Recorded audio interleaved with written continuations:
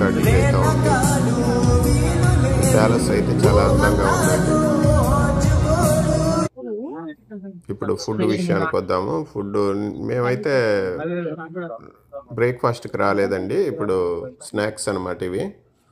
11ంటికి snacks ఇచ్చారు. ఇలా 2-3 items chicken varieties పెట్టారండి. మిక్స్ చికెన్ అని.